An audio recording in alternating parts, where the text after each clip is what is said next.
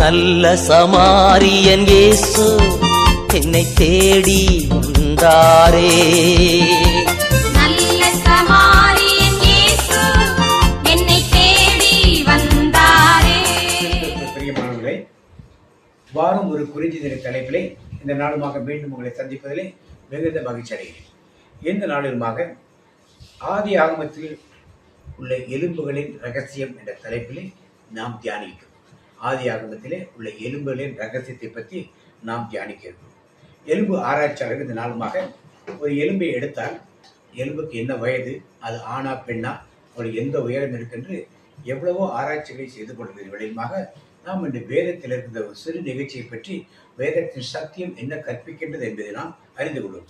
தொடக்க நூல் ஆதியாகமம் 2ஆம் அதிகாரம் 22ஆம் வசனத்திலே 2ஆம் வசனம். தேவனாகிய கர்த்தர் நாம் மனுஷன் எடுத்த விதா எலும்பை மனுஷியாக உருவாக்கி அவனை மனுஷத்தில் கொண்டு வந்தார். ஆதாமின் எலும்பை எடுத்து இங்கே தேவன் ஏவாளை உருவாக்குகிறார். எலும்பிலிருந்து ஒரு உயிரை, ஒரு பிறப்பை அங்கே ஆண்டவர் உருவாக்குகிறார். அதே மாதிரி இன்னும் ஒரு எலும்பை பற்றி நாம் ஆதியாகமத்தில் பார்ப்போம். ஆதியாகமம் 50ஆம் அதிகாரம் 24, 25ஆம் வசனங்களை நாம் வாசிப்போம். யோசேப்பு தன் சகோதரன் நோக்கி, நான் மரணமடைய போகிறேன், ஆனாலும் தேவன் உங்களை நிச்சயமாய் சந்தித்து நீங்கள் இந்த தேசத்தை விட்டு தாம் ஆபிரகாமுக்கும் ஈசாக்குக்கும் யாக்கோபுக்கும் ஆணையிட்டு கொடுத்திருக்கிற தேசத்துக்கு போக பண்ணுவார் என்று சொன்னதுமன்றி, தேவன் உங்களை சந்திக்கும் போது என் எலும்புகளை இவ்விடத்திலிருந்து கொண்டு போகிறார்கள் என்று சொல்லி யோசேப்பு இஸ்ரவேல் புத்திரருக்கு ஆணை இடுவித்துக் கொண்டான் என்று சொல்லப்பட்டது. இங்கே யோசேப்பின் எலும்பை எடுத்துக்கொண்டு போய் கானான் தேசத்திலே வைக்க வேண்டும். கண்டிப்பாக ஆபிரகாம், ஈசாக்கு, யாக்கோபுக்கு தேவன் கொடுத்த வாக்குத்தத்தை நிறைவேற்ற கானான் தேசத்துக்கு ஒரு நாள் உங்களை அழைத்துச் செல்வார். அப்பொழுது என்னுடைய எலும்பை நீங்கள் அழைத்துச் செல்லுங்கள் என்று அங்கே யோசேப்பு தன்னுடைய உறவினரிடத்திலே, தன்னுடைய சகோதரர் பிள்ளைகளிடத்திலே பேசுவதை பற்றி நாம் பார்க்கிறோம். கிறிஸ்துவுக்கு பிரியமானவர்களே, ஒரு எலும்பு ஒரு உயிரை இங்கே உருவாக்குகிறது. அது பிறப்பை காட்டுகிறது. இங்கே யோசேப்பின் எலும்பு ஒரு மரணத்தை காட்டுகிறது.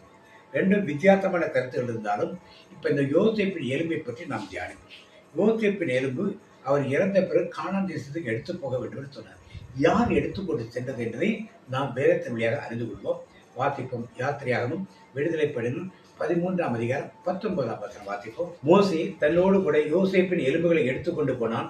தேவன் நிச்சயமாய் உங்களை சந்திப்பார், அப்பொழுது உங்களோடு கூட என் எலும்புகளை விடத்திலிருந்து கொண்டு போங்கள் என்று யோசேப்பு சொல்லி இஸ்ரவேல் புத்திரரை உறுதியாய் ஆணையின்படி செய்திருந்தார். எனவே இஸ்ரவேல் மக்கள் 400 ஆண்டுகளுக்கு பின்னும் அதை மறக்காமல் மோசேயின் வழியாக அதை எடுத்துக்கொண்டு செல்வதை நாம் பார்ப்போம். ஆனால் இதை நாம் அறிந்து கொள்ள வேண்டியதுதான், மோசே கானான் தேசத்துக்கு செல்லவில்லை. அப்பொழுது எலும்பு கானான் தேசத்துக்கு சென்றதா? செல்லவில்லையா? வழியிலே அது விடப்பட்டு விட்டதால் மோசே வாங்கி இடையிலே மரணமடைந்து ஆண்டவரை அவரை அடக்கம் பண்ணியதை பார்ப்போம். அந்த எலும்பை அவர் எங்கே விட்டு சென்றார் என்று வேதம் சொல்லுகிறது என்றால் யோசேப்பு புத்தகம் யோசுவா 24ஆம் அதிகாரம் 32ஆம் வசனத்தை நாம் பார்க்கிறோம். யோசுவா 20.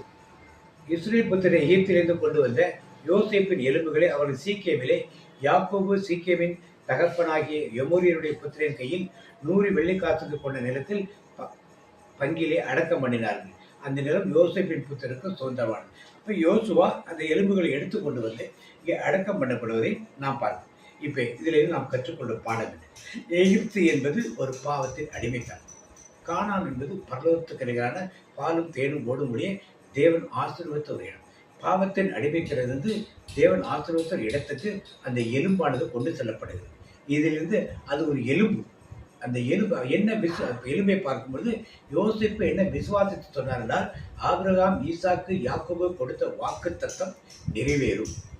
நீங்கள் சொந்த தேசத்துக்கு செல்வீர்கள், என் எலும்புகளை அங்கு எடுத்துக்கொண்டு செல்வீர்கள் என்று விசுவசித்தார். ஆண்டவருடைய வார்த்தைகளை விசுவசித்தார். இங்கே நாம் ஆவிக்குரிய பாடமாக கற்றுக்கொள்ள வேண்டும்.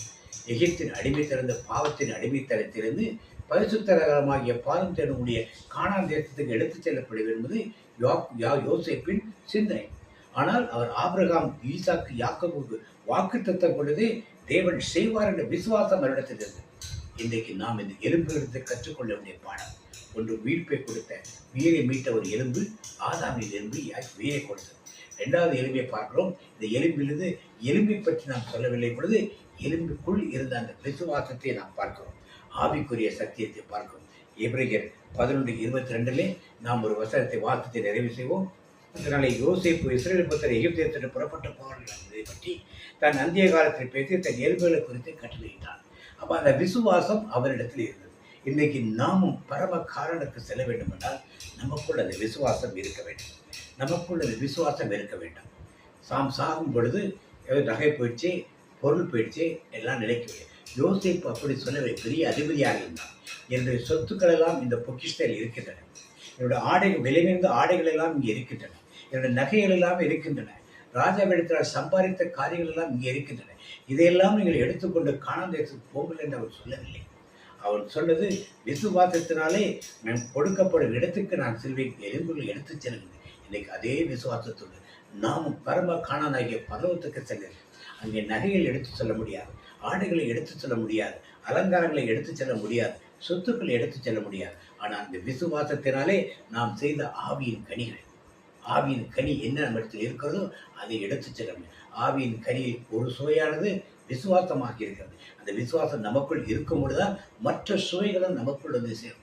அந்த சுவைகளை மட்டும்தான் நாம் பரலோகத்துக்கு எடுத்துச் செல்லப்படுவதை இந்த எலும்புகள் இந்த நாளிலேயே நம்மை உணர்த்துவதை நாம் அறிந்து கொள்வோம். எனவே கிறிஸ்துவுக்கு பிரியமானவர்கள், நீங்கள் வசதி உள்ளவராக இருக்கலாம், வாய்ப்புள்ளவராக இருக்கலாம், அதிகாரம் உள்ளவராக இருக்கலாம், அந்தத்துள்ளவர்கள், உலகத்தின் காரியங்களில் எதற்கும் உங்களை ஈடுபடுத்தி விடாதீர்கள். தேவனுக்குரிய காரியங்களை மட்டும் நீங்கள் செஞ்சீர்கள். நீங்கள் செய்யும் ஒவ்வொரு காரியமும் தேவனை பிரியப்படுத்துகிறதா, தேவன் விசுவாசத்தை மேற்கிற ஆவியின் கனியை, அது சுவையை பெரிதிப்படுத்துகிறதா என்று நீங்கள் பாருங்கள்.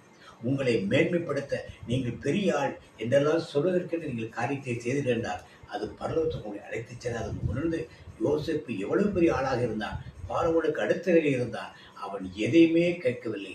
எலும்புகளை மட்டும் எடுத்துச் செல்லுங்கள், தேவன் ஆசீர்வதித்த அந்த தேசத்துக்கு நாங்கள் செல்வீர்கள், எலும்புகளை எடுத்துச் செல்ல விசுவாசித்தது போல நாமும் உயிர்த்தெழும் போது இந்த எலும்புகள் இந்த சதையும் தேவனோடு மறுரூபமாக்கப்படக்கூடும்.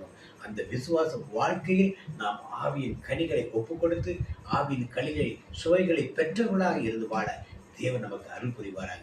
இயேசுவுக்கு புகழ், இயேசுக்கு நன்றி.